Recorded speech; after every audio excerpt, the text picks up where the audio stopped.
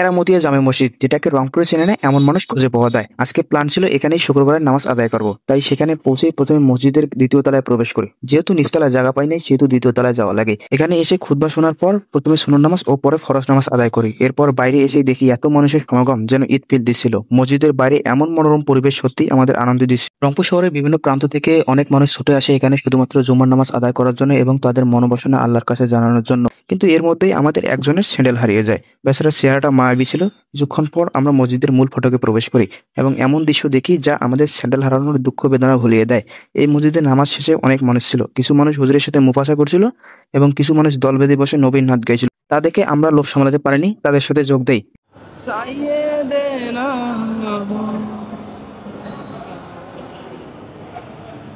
এভাবে নাচ গাওয়ার কিছুক্ষণ পর এখানে একটা দোয়া হয় এবং আমরা এখানে দোয়া করার পর মসজিদের বাইরে চলে আসি এবং চারপাশে একটু হালকা ঘোরাঘুরি করার পর বাড়ির দিকে রওনা হই। আজকে যদি ভিডিওটা ভালো লাগে লাইক কমেন্ট শেয়ার করবেন। ধন্যবাদ।